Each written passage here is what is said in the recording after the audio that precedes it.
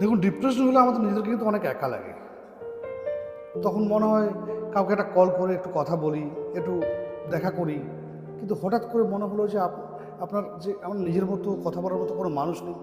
আপনার জ্বর এসছে, শরীর খারাপ হয়েছে, মাথা যন্ত্রণা করছে, কিন্তু সঙ্গে সঙ্গে জলপট্টি আপনার মাথায় দেওয়ার মতো আপনার একটা মানুষের কাছে আছে। ধরুন, আপনাকে কেউ নির্মমভাবে ঠকিয়ে গেছে, আপনার মন ভেঙে দিয়েছে, তাও আপনি হাউমাউ করে কান্না করে কিছু বলতে ইচ্ছে করলেও আপনি কাউকে বলতে পারছেন না, কিন্তু আপনি কাউকে খুঁজে পাচ্ছেন যে কেউ আপনার আপন নেই। এই ব্যাপারটা খুব একটা বিভৎস না, ভয়ঙ্কর না? এই সভ্য সমাজে এমন অনেক মানুষ আছে যাদের গাড়ি আছে, বাড়ি আছে, পড়াশোনা আছে, উচ্চশিক্ষায় শিক্ষিত আছে, কিন্তু একে অপরের সাথে কথা বলার মতো কোনো মানুষ নেই।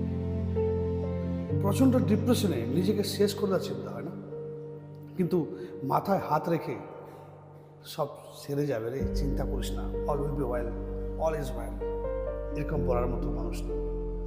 মুখের মধ্যে যন্ত্রণা পুষে রাখছেন, কথা না হোক, পাশে বসে আপনার সমস্ত কথা চুপচাপ শুনবে এমন একটা মানুষ আজকে দিনে পাওয়া যায় না।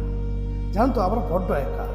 আমরা বাইরের চাকচক্য দিয়ে মানুষকে বিচার করি, কিন্তু ভেতরে মিশে দেখি না যে মানুষটার মধ্যে কি আছে, মানুষটার মধ্যে কি যাচ্ছে।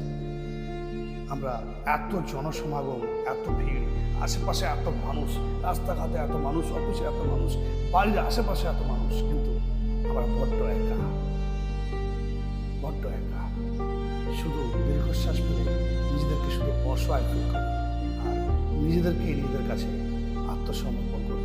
তাই যাদের কাছে একজন হলেও আপন মানুষ রয়েছে, খুব কাছের নিজের মানুষ রয়েছে, তাকে জড়িয়ে রাখুন, আগলে রাখুন, নিজের কাছে রাখুন।